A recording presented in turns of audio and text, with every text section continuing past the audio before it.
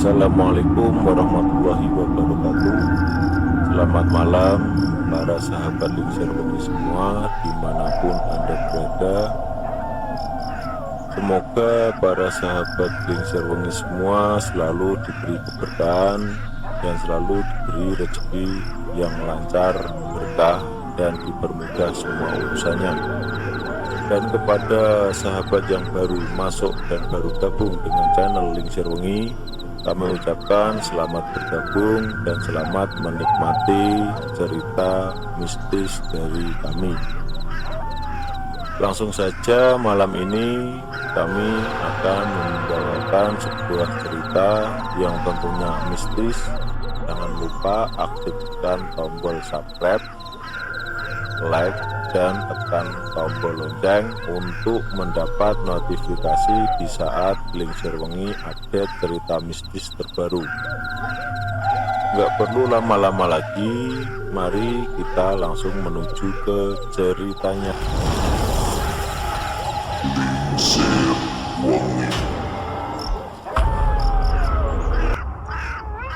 Kemudian budi-budiku pun pamit mau pulang katanya.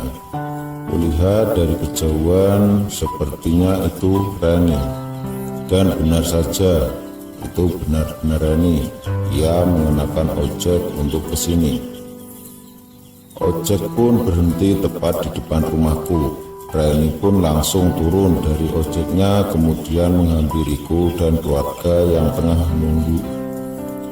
Reni pun langsung turun dari ojeknya, kemudian menghampiriku dan keluarga yang tengah menunggunya saat ini. Assalamualaikum, ucap Reni dengan membawa tas yang biasa ia bawa.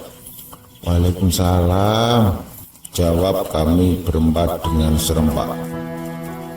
Tumben kau datang tepat waktu, Ren. Hahaha, ucapku tertawa, sebab Reni ini kadang ngaret orangnya. Bilangnya sudah di jalan, tapi baru selesai mandi. Namun bagaimanapun ia tetap teman terbaikku yang selalu menemaniku kemanapun aku melangkah. Aku kan kawan terbaik kamu, Tar. Jadi mana mungkin aku mengecewakanmu, ya enggak? Jawab Reni sambil menggaruk kepalanya yang ditutup jilbab berwarna Milo itu. Nah Reni, mau sarapan dulu apa enggak? Ayo, ibu udah masak banyak loh, ucap ibuku menyuruh Reni untuk sarapan terlebih dahulu. Enggak Bu, Reni sudah makan tadi. Terima kasih tawarannya, jawab Reni kemudian duduk di sebelahku. Ya sudah Ren, kita mau berangkat sekarang atau nanti saja? Tanyaku. Lebih baik sekarang saja Tar, mumpung masih pagi, biar tidak telat nantinya, jawab Reni. Yowes, ayo kita berangkat. Ini bantu aku, kamu pegang kotak make up ini ya, dan tas bekal makanan kita. Biar tas daun aku simpan di depan motor, ucapku menjelaskan. Ini isinya bekal Kak, banyak sekali, tanya Reni sedikit heran. Iya, ini untuk kita selama di perjalanan dan di lokasi pesta. Kata bapakku, kita tidak boleh makan sedikit pun makanan di sana. Memang kenapa Pak? Sayang loh Pak, makanan di sana pasti enak-enak, jawab Reni cengengesan. Sementara bapak hanya tersenyum. Sudah, turuti saja perintah bapak ya Dok. Ini demi kebaikan kalian berdua loh, jangan banyak tanya lagi, jawab bapakku. Aku dan Reni pun hanya diam mendengarnya, sebab kami tahu jika bapak adalah orang yang tak bisa dibantah, meskipun beliau ini sangat lembut sekali pada keluarganya. Kemudian kami berpamitan pada keluargaku. Bu, Pak, Mbak, aku berangkat dulu ya, ucapku. Ibu memelukku begitu erat, aku tidak tahu kenapa sebabnya. Ini membuatku menjadi ragu meninggalkan rumah ini. Tapi apa boleh buat, aku sudah janji dan sudah menerima uang DP-nya. Bapak pun menepuk pundakku. Aku melepaskan pelukan ibu. Hati-hati ya kalian berdua, ucap mbakku. Aku pun tersenyum. Ingat pesan bapak ya Nduk, jangan tinggalkan sholat kalian, selalu beristighfar dan jangan makan makanan di sana. Satu hal lagi, jika terjadi sesuatu pada kalian, segeralah untuk sholat taubat, ujar bapakku. Sebenarnya ada apa ini? Tidak seperti biasanya. Kenapa bapak begitu mewanti-wanti kami? Aku dan Reni pun pamit, mencium tangan kedua orang tua dan mbakku, meminta restu pada mereka. Semoga firasat-firasat yang mereka rasakan tidak benar. Kami pun bergegas menaiki motorku. Selama di perjalanan, tak henti-hentinya Reni mengajakku ngobrol, biar nggak ngantuk katanya. Padahal aku yang mengemudi motor loh. Tar, ono apa toh sama keluargamu? Tak biasanya seperti itu, ucap Tari. Aku pun hanya menggeleng kepala. Aku tak mau banyak bicara, takut konsentrasiku buyar dan bisa membahayakan kami berdua. Tari pun kemudian hanya diam saja. Setengah jam kami membelah jalan. Jalanan begitu lancar pagi ini, alhamdulillah. Namun tiba-tiba saja motorku tidak enak. Aku pun menghentikannya, lalu mengecek keadaan motorku. Rupanya bannya bocor. Ya ampun, ada-ada saja sih. Kulihat sekeliling jalan, tak aku dapati bengkel motor di sini. Bagaimana ini? Aku dan Rani pun mencoba mendorong motor kami. Tak berselang lama, kami pun berpapasan dengan seorang pejalan kaki. Assalamualaikum Pak, maaf numpang nanya, bengkel motor di sekitar sini ada nggak ya? Ucapku bertanya pada laki-laki itu.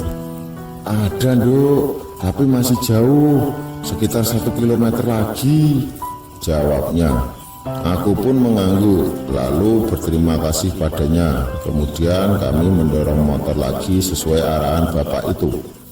Lama berjalan sambil mendorong motor membuatku dan Reni tampak lelah. Namun apa daya, matahari semakin meninggi, membuatku harus lebih semangat menemukan bengkel. Jika tidak, maka aku dan Reni akan membuang waktu dengan percuma. Pucuk dicinta bengkel pun tiba. Mungkin itulah bahasa yang cocok untuk keadaanku saat ini. Lelah mendorong-dorong motor, akhirnya aku menemukan bengkel juga. Namun sayang sekali, bengkel itu sangat ramai. Mau nggak mau, aku dan Reni harus antri menunggunya. Ku parkirkan motor ke dalam, kemudian memberikan kode pada montir bahwa ban motorku bocor. Montir itu pun hanya mengangguk. Aku dan Reni memilih untuk menunggu di warung sebelah, sembari membeli minuman dingin. Tar, kamu belum jawab pertanyaanku yang tadi loh, ucap Reni sembari menenggak minuman. Pertanyaan apa, Ren? Jawabku. Pertanyaan tadi di motor. Kenapa ibumu seperti khawatir sekali dengan kepergian kita? Padahal kita sudah biasa berpergian untuk merias orang, toh? Iya, Ren. Mungkin ibuku khawatir karena sekarang kita merias tepat 1 suro. Kau pun pasti mengerti, orang dulu tuh selalu dihubung-hubungkan kan dengan mitos. Benar juga ya. Terus kenapa dengan bapakmu? Kok beliau melarang kita untuk makan makanan di sana? Nah, kalau itu aku nggak tahu, Ren. Kita ikuti saja perintah bapakku. Reni pun mengangguk. Tiba-tiba saja ponselnya berbunyi. Rupanya Lisa, teman pabrik kami, memvideo call Reni. Ada apa, Ren? Nggak tahu nih, Tar. Lisa nge-VC aku. Ya udah, kamu angkat aja. Reni pun mengangkatnya, lalu mengarahkannya juga padaku sehingga aku dapat melihat Lisa. "Halo, assalamualaikum Lis," ucap Reni. "Waalaikumsalam. Kamu lagi sama Tari ya? Tuh, kalian tuh benar-benar teman yang sangat kompak ya," ujar Lisa di balik telepon sana. "Ya, alhamdulillah Lis, kita biasa mau ngecep lagi." "Ngecep gimana maksudnya, Ren?" "Ngerias orang nikahan Lis." Yang ngerias mah si Tari, aku hanya membantunya saja," ucap Reni melirikku. Aku pun hanya tersenyum. "Hah? Kamu serius? Ini mau masuk satu surah loh, Ren. Pak Mali tahu." Gak apa-apa kok Lis, insya Allah kita aman-aman saja. Lagian niatku baik kok," timbalku. "Ya sudahlah, yang penting kalian jangan berlaku aneh-aneh loh ya. Jaga tata krama di kampung orang," ucap Lisa menasihati. Aku dan Rani pun mengangguk. "Ya sudah, aku nggak mau ganggu. Lanjutkan aktivitas kalian. Semoga semuanya baik-baik saja," ucapnya. "Amin," ucap kami serempak. Lisa pun mematikan teleponnya. "Kenapa ya Tar? Orang-orang pada mengkhawatirkan kita. Hati aku kok jadi nggak enak gini," ucap Reni. Udahlah Ren, insya Allah nggak akan ada apa-apa kok," ucapku. "Apa nggak sebaiknya kita batalkan saja Tar?" ucap Reni seperti merasakan keraguan. Gila kamu, juga mungkin lah Ren. Kau lihat, kita sudah menuju perjalanan 2,5 jam lagi pasti sampai. Kalau kita nggak datang, kita akan mengecewakan mereka. Gimana kalau nanti mereka nggak dapat MUA lain? Bisa batal pernikahan anaknya nanti. Lagian, memangnya kamu mau kalau reputasiku buruk karena tidak menepati janji? Apalagi sudah diberi DP. Kamu mau kita nggak dapat customer lagi? Ucapku mencoba menjelaskan. Reni pun mengangguk dan mau mengerti. Ku tengok ke arah bengkel, 1,5 jam sudah motorku di sana. Sepertinya sebentar lagi beres. Aku dan Reni pun menghampiri bengkel, bermaksud untuk bertanya, "Gimana Mas? Sudah beres belum motorku?" ucapku pada sang montir. "Bentar lagi ya Mbak," ucapnya. "Ya ampun Mas, kami sudah menunggu 1,5 jam loh. Masa belum beres-beres juga?" ucap Reni seperti ia sudah tidak sabar lagi. "Sabar Ren, bentar lagi selesai kok." Nih sudah selesai Mbak," ucap montir tersebut kemudian bangkit. Aku pun memeriksanya, benar saja sudah selesai. Setelah membayar, kami pun beranjak pergi dari sini. Kali ini Reni yang membawa motor, gantian denganku. Waktu duhur telah berkumandang. Aneh sekali rasanya, sepertinya kami tidak nyasar. Tapi kok sudah adzan duhur ya? Padahal kami berangkat dari rumah jam 8:30 pagi. Di jalan sebelum ban bocor hanya 30 menit dan menunggu bengkel 1,5 jam. Seharusnya sekarang baru jam 11. 1 jam lebih lambat pikirku. Aku pun langsung menyuruh Reni mencari masjid. Aku ingat pesan Bapak bahwa aku dan Reni tidak boleh meninggalkan kewajibanku sebagai umat muslim. Tak berserang lama, kami sampai di masjid. Reni memarkirkan motor. Aku membawa tas berisi gaun-gaun Jawa, sementara Reni membawa kotak rias yang juga menggendong tas bekal kami. Kami pun masuk ke dalam masjid, menaruh barang-barang kami, kemudian keluar lagi untuk berwudu.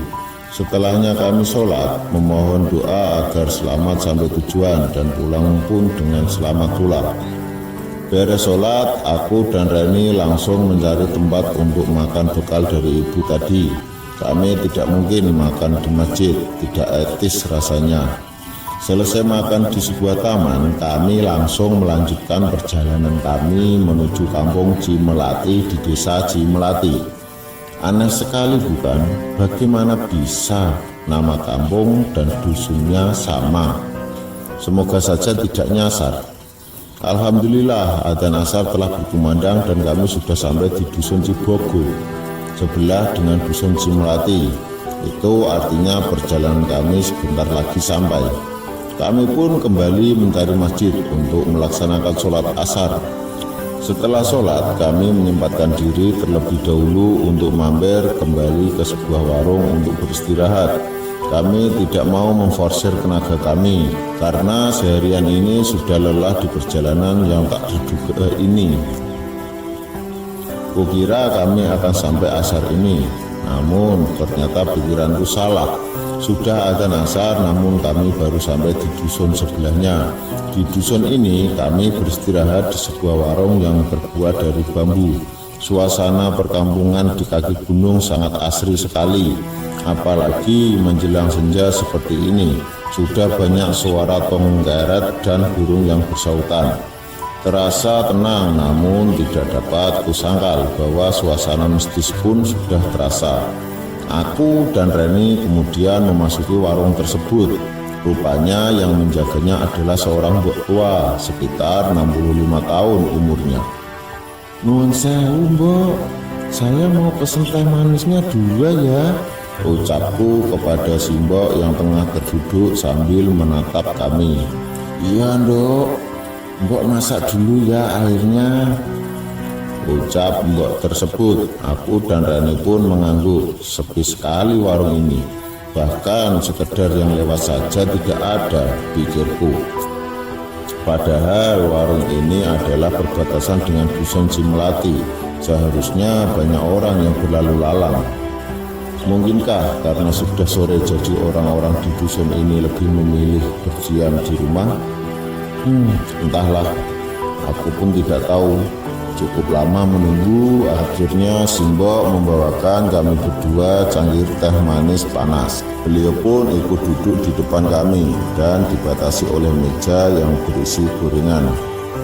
"Terima kasih, Mbok," ujarku. Simbok hanya mengangguk. "Wah, Mbok, aku nyobain goreng pisangnya ya. Lapar sekali rasanya perutku setelah melihat gorengan Simbok," ucap Reni. Aku hanya geleng-geleng kepala. Dasar Reni, dia paling tidak bisa melihat makanan.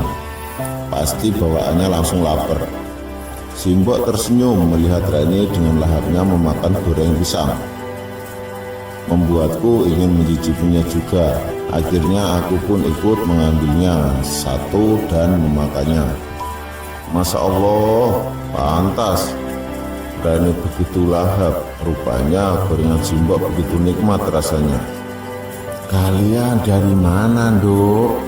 Dan apa niat kalian datang ke sini?" Simbok bertanya padaku dan juga Reni. Aku pun langsung melirik Reni, sementara Reni hanya mengedipkan sebelah matanya padaku sebagai pertanda bahwa akulah yang harus menjawab. "Begini, Mbok, kedatangan kami sebenarnya ingin ke dusun Cimelati, Mbok. Saya Tari, seorang perias pengantin. Tempo kemarin saya ditelepon oleh seorang ibu. Beliau meminta saya untuk merias anaknya yang akan menikah, tepatnya esok, Mbok. Berhubung malam ini ada acara siraman, makanya kami ingin segera sampai ke sana sebelum gelap, gitu, Mbok." Mendengar penjelasanku, Simbok tampak kaget, kemudian menarik nafasnya dalam. "Siapa orang yang menyuruhmu datang ke dusun itu, Nak?" tanya Simbok. Aku pun memberitahukan bahwa yang memintaku ke sini ada ibu-ibu yang bisa dipanggil Nyai Asih. Terlihat raut wajah yang berubah dari Simbok. Aku tidak tahu apa sebabnya. "Mengapa, Mbok? Kenapa sepertinya Simbok kaget?" tanyaku penasaran. Simbok menggelengkan kepalanya.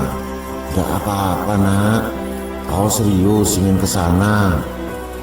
"Iya, Mbok. Sebaiknya kau harus urungkan niatmu itu, Nak. Bahaya untuk kalian berdua." Perkataan Simbok membuatku dan Reni khawatir. Terlihat jelas raut wajah Reni yang berubah sedikit pucat. Bahaya gimana maksudnya, Mbok? Tanya Reni yang berekspresi wajahnya sangat serius sekali. Simbok kemudian menjelaskan, besok malam, tepat malam 1 Suro, Nduk, pestanya para dedemit. Tempat yang kau akan datangi itu tepat sekali berdekatan dengan Gunung Lawu. Kau harus berhati-hati di sana. Kalau perlu, lebih baik kalian batalkan perjalanan kalian. Kami bimbang dan ragu. Sejak awal ibu sudah sangat khawatir atas kepergianku bersama Reni. Para budiku yang lain juga melarangku untuk berangkat, dan di jalan pun Lisa sudah mewanti-wanti kami untuk berhati-hati. Ada apa sebenarnya ini? Mengapa perasaanku jadi tidak enak? Kenapa mereka seperti tidak ikhlas melepas kepergianku? Padahal aku hanya ingin merias dan pasti akan kembali lagi ke rumah. Tapi kenapa mereka seperti khawatir dan ketakutan? Apakah aku harus membatalkannya begitu saja? Tapi sangat tanggung sekali rasanya jika kami harus pulang, sedangkan perjalanan kami sudah mencapai setengahnya, dan pasti kami sebentar lagi akan sampai. Aku melirik Reni. Ia hanya terdiam. Aku tak tahu apa yang sedang ia rasakan kali ini. Bagaimana Gusti? Aku jadi dilema dengan perasaan ini. Tapi jika kalian sudah bulat ingin ke sana, silakan saja, Nak. Hanya saja Mbok ingin berpesan. Pungkas Mbok. Aku dan Reni kemudian saling pandang. Pesan apa, Mbok? Jawab Reni. Jaga tata krama kalian selama di sana. Kamu harus tahu, Dusun Cimelati sebenarnya terletak di antara pos 1 pendakian ke Gunung Lawu. Itu artinya kalian harus mendaki sampai ke pos 1. Penjelasan Simbok membuat kami kaget. Katanya ada di kaki gunung. Kenapa sekarang kami harus mendaki terlebih dahulu ke pos 1? Benar-benar aneh. Itu artinya Desa Cimelati letaknya bukan di kaki gunung, tapi di tengah gunung. Jadi kami harus mendaki dulu, Mbok? Tanyaku yang keheranan.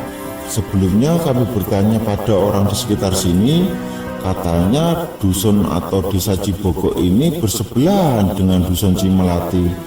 Bagaimana bisa sekarang kami harus mendaki terlebih dahulu untuk sampai ke dusun tujuan kami, Mbok? Tanyaku lagi yang masih belum bisa berpikir jernih. Kamu salah, Dok. Jadi di sini tuh hanya tersisa 2 dusun, dan dusun ini memang bersebelahan dengan dusun tujuanmu itu. Namun bukan berarti letaknya dekat. Kalian perlu berjalan kembali selama kurang lebih 30 menit dari sini. Setelah itu kalian akan sampai di pos pendaftaran pendakian. Setelah mengurus pendaftaran, kalian bisa lanjutkan perjalanan ke dusun Cimelati itu. Ucap Simbok berusaha menjelaskan kepada kami. Aku benar-benar bingung jadinya. Berarti tujuan kita harus ke base camp pendakian dong, ucap Reni yang turut buka suara. Iya, Nak, betul sekali. Sebelumnya menuju pos 1 pasti kalian akan bertemu dengan seseorang, jawab Simbok. Siapa orang yang dimaksud Simbok? Kami benar-benar bingung. Kenapa sepertinya Simbok menyimpan rahasia? Maksudnya ketemu siapa, Mbok? Tanya Reni heran. Sudahlah, nanti kalian akan tahu sendiri siapa dia. Satu lagi pesan Simbok, ketika kalian sudah sampai di dusun Cimelati, kalian akan merasakan lelah yang luar biasa, yang akan membuat kalian mengantuk dan ingin tertidur. Namun jangan sampai kalian tidur sebelum jam 12 lewat, ucapnya lagi memperingati kami. Aneh sekali dengan penjelasan Simbok, mengapa kami tidak boleh tertidur sebelum jam 12 malam. Kenapa memangnya? Perjalanan ini benar-benar menguras tenaga dan pikiran.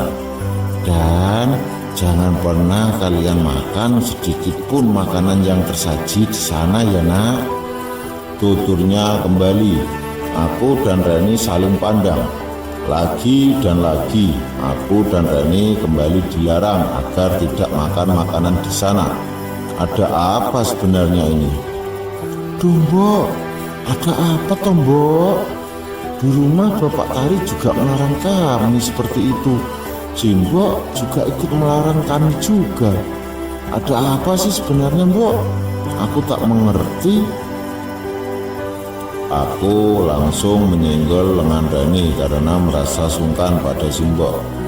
Reni pun mengerutkan keningnya padaku. Simbok hanya diam dan sesekali tersenyum memandang kami yang penuh keheranan. Mbok tidak bisa memberitahu kalian. Kau patuhi saja perintah bapakmu itu ya, Nduk. Nanti kalian akan tahu sendiri mengapa aku dan bapakmu melarang kalian untuk mengkonsumsi makanan di acara tersebut, ucap Simbok. Aku dan Reni pun mengangguk tanda mengerti. Ya sudah, lebih baik kalian langsung berangkat saja nak. Keburu gelap, sedangkan perjalanan kalian masih panjang. Dan ingat, jangan pernah lupa dengan pesan Simbok ya, ucap Simbok lagi. Aku dan Rani pun mengangguk. Lalu kembali kami pun membereskan barang-barang bawaan kami. Dan saat hendak membayar, Simbok menolaknya. Alasannya beliau senang dengan kedatanganku dan Rani. Awalnya aku tidak enak. Aku kasihan pada Simbok. Sedari tadi warungnya sepi. Jika makanan jualannya beliau gratiskan pada kami, bagaimana Simbok mendapatkan keuntungan dan juga modal untuk jualannya nanti? Aku tetap memaksa Simbok untuk menerima uang pemberianku, namun Simbok bersikeras menolaknya. Akhirnya aku pun hanya bisa pasrah dan mengucapkan banyak-banyak terima kasih pada beliau yang mau menjamu kedatanganku dan Reni. Merasa sudah waktunya kembali melanjutkan perjalanan, barang bawaan kembali aku taruh pada motor, dan sebagian lagi kami gendong. Aku dan Rani pun kemudian mencium tangan Simbok sebagai tanda hormat kami. Meskipun baru kenal, tapi rasanya sudah sangat dekat sekali. Akhirnya kami pun berpamitan dan kembali melanjutkan perjalanan ke Dusun Cimelati. Saat perjalanan ke depan, aku menengok kembali ke belakang. Kulihat Simbok masih memandangi kepergian kami. Ia pun tersenyum padaku. 30 menit sudah motor yang kami kendarai menyusuri jalan setapak yang masih dilandasi tanah merah. Waktu di tanganku sudah menunjukkan pukul 5 sore. Aku dan Reni akhirnya menghentikan laju motor kami. Gimana, Tar? Tadi kata Simbok Dusun Cimelati itu ada di pos 1 Gunung Lawu, bukan di kaki gunungnya kan? Kenapa yang kita nih? Ucap Reni. Reni sepertinya kesal dengan keadaan yang terjadi. Aku pun sebenarnya sama. Namun aku harus tetap tenang mengingat kondisi dan situasi yang sudah senja ini.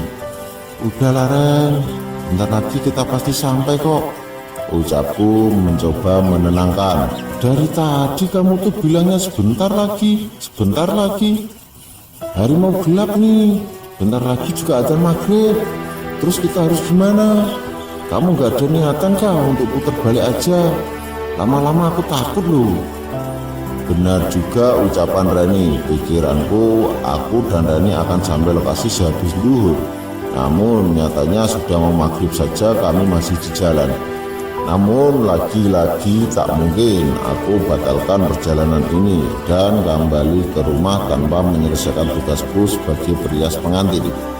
Bagaimanapun aku harus profesional. Namun perjalanan yang kami lalui benar-benar tak habis untuk dipikir. Ya wes Ren, kepalang tanggung. Sekarang berarti tujuan kita ke basecamp pendakian Gunung Lawu. kita juga harus urus si Maksi di sana. Karena kan ke pos 1 tuh kita harus mendaki, dan kita nggak mungkin mendaki tanpa izin dari pihak gunung. Nanti yang ada kita disebut ilegal. Setelah itu terus kita istirahat lagi, kita makan bekal dari ibuku, lalu sholat maghrib, kemudian setelahnya baru kita naik ke pos 1.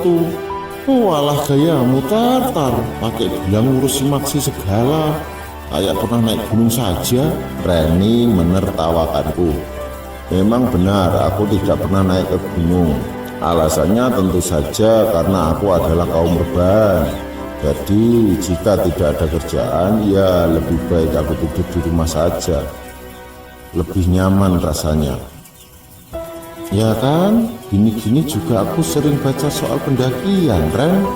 Jadi aku paham lah soal si Maksi itu. Ucapku tak mau kalah. Tapi kamu serius Tar, ini naik ke gunung habis maghrib? Pasti serem lah Tar. Udah gitu pasti gelap banget. Terus kita naik ke gunung yang istrinya hutan belantara itu hanya berdua saja. Ucap Reni. Dia langsung menghiburkan pundaknya seperti sedang merinding. Aku pun sebenarnya ragu, namun apa boleh buat. Insya Allah Ren, kamu ingat ya ucapanku ini. Kita ini niatnya baik dan gak macem-macem. Insya Allah kita gak akan kenapa-kenapa. Dan urusan center nanti kita sewa atau beli saja di base camp. Pasti banyak yang menyewakan atau menjual alat-alat seperti itu. Dan untuk perjalanan gunung di sana, semoga saja ada pendaki yang akan nanjak malam ini. Jadi kita bisa ikut bareng sama mereka kan? Pungkasku. Dan pun kemudian mengangguk tanda mengerti. Ya udah deh, ayo kita ke base camp sekarang. Nanti keburu adzan, pamali kalau maghrib masih di jalan. Ucap Reni. Ayo, bismillah, jawabku. Kami pun bergegas kembali jalan menuju base camp pendakian Gunung Lawu. Tak lama berselang kami telah sampai di base camp pendakian. Kukira base camp pendakian akan ramai seperti yang sering aku lihat di sosial media. Namun kali ini base camp tersebut nampak sepi. Hanya ada beberapa orang saja yang memakai pakaian mendaki dan menggendong tas karir. Entah mereka akan mendaki atau baru saja turun, aku pun tak tahu. Kami pun memarkirkan motor lalu membawa semua peralatan yang kami bawa, kemudian mulai berjalan ke arah base camp. Ada yang bisa saya bantu Mbak? Ucap seorang yang sepertinya petugas base camp. Dia langsung menghampiriku dan Reni. Aku pun menjelaskan maksud dan tujuanku. Gini Mas, saya sama teman saya mau izin ke pos 1 Gunung Lawu. Ucapku. Kapan Mbak? Rencananya habis maghrib Mas. Bisa kan ya? Mbak serius mau naik? Kok enggak memakai pakaian pendakian seperti yang lain? Mbak yang satunya juga malah pakai jaket bulu-bulu seperti itu, seperti mau ke salju aja. Ucap petugas itu sambil melirik Reni. Namun aku rasa pertanyaan si petugas tadi seperti keheranan melihat kami, sebab memang kami sama sekali tidak seperti pendaki pada umumnya. Untung saja aku dan Reni yang biasanya mengenakan flat shoes, namun kali ini memakai sneakers. Iyalah Mas, kami tuh ada job di sini, jelas Reni yang sepertinya bingung dengan ucapan si petugas. Job apa toh Mbak di gunung seperti ini? Petugas base camp semakin heran mendengar penuturan Reni. Aku pun mencoba untuk menjelaskan. Jadi gini Mas, saya dan teman saya ini dapat job untuk merias pengantin di pos 1 ini, tuturku. Si Mas petugas nampak kaget mendengar penuturanku. Aku pun heran melihatnya kaget seperti itu. Wah, Mbak ini ada-ada saja. Mana ada orang nikah di gunung Mbak? Ada toh Mas. Namanya desanya tuh Cimelati. Orangnya yang menghubungi saya kok. Sudah Mas, daripada buang-buang waktu, tolong bantu saya untuk urus izinnya ya Mas. Saya dan teman saya mau istirahat dulu sebentar sembari menunggu maghrib. Ucapku yang tidak mau memperpanjang waktu dengan menjelaskan banyak hal pada petugas itu. Ia pun kemudian mengangguk tanda mengerti. Baiklah Mbak. Mbak tunggu sini saja. Nanti saya urus, biayanya 70.000 per orang. Berarti Mbak 2 orang jadinya 140.000 ya. Petugas tersebut menjelaskan sambil menunjuk ke arah ruangan. Aku pun mengangguk. Kemudian aku dan Reni pun kembali berjalan untuk istirahat. Kami memilih ke warung terlebih dahulu yang ada di basecamp ini untuk sekedar meminum teh kembali karena suasana khas pegunungan yang kian sangat terasa dingin. Kek, pesen teh manisnya 2 ya, ucapku pada kakek penjaga warung. Si kakek hanya mengangguk kemudian berlalu membuat pesanan kami. Aku dan Reni pun langsung duduk di kursi yang tersedia di warung tersebut. Kalian ini pendaki? Kakek tersebut bertanya pada kami sembari menyajikan 2 teh hangat ke meja. Aku menggeleng. Tidak kek, kami bukan pendaki, jawabku. Panggil saja saya Mbah Santo, ucapnya mencoba memperkenalkan diri kepada kami. Aku pun mengangguk. Baik Mbak. Lalu, untuk apa kedatangan kalian ke sini? Kalian ini perempuan loh. Mbak rasa kalian bukan pendaki seperti biasanya. Sebab jika mau memasuki bulan Suro, jarang pendaki yang naik ke gunung ini, kecuali para pendaki spiritual. Tanyanya kembali. Mendengar pertanyaan Mbah Santo, Reni menyenggol lenganku. Kami mau ke desa Cimelati di pos 1 Mbak. Berniat untuk merias pengantin yang ada di sana. Aku mencoba menjelaskan.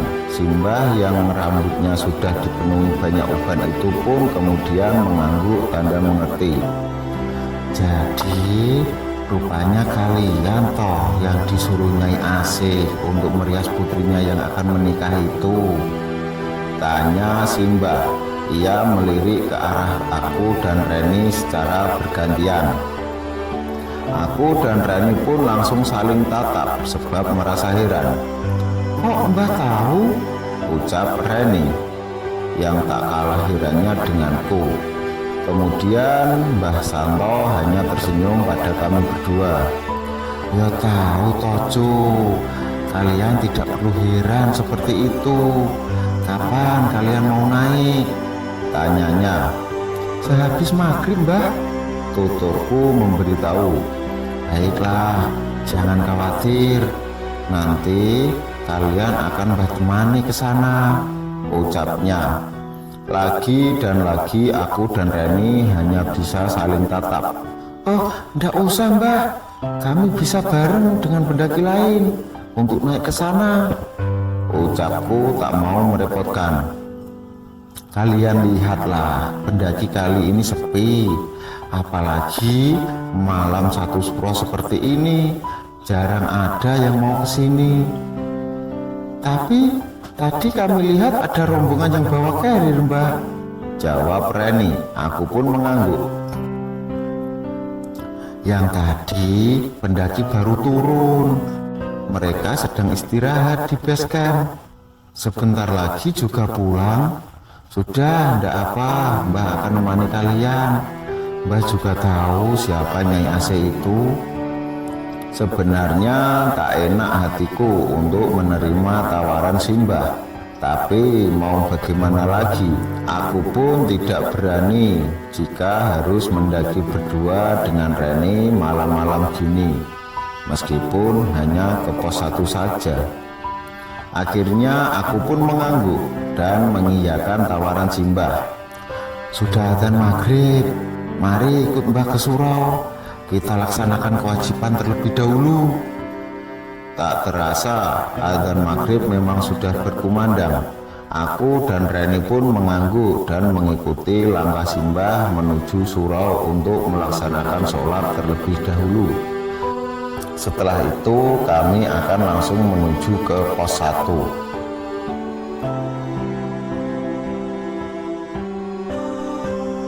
Oke sahabat, cukup sekian cerita dari kami. Jangan lupa subscribe, like, dan komen untuk menantikan kisah-kisah misteri selanjutnya di Lingser Wengi. Terima kasih. Wassalamualaikum warahmatullahi wabarakatuh.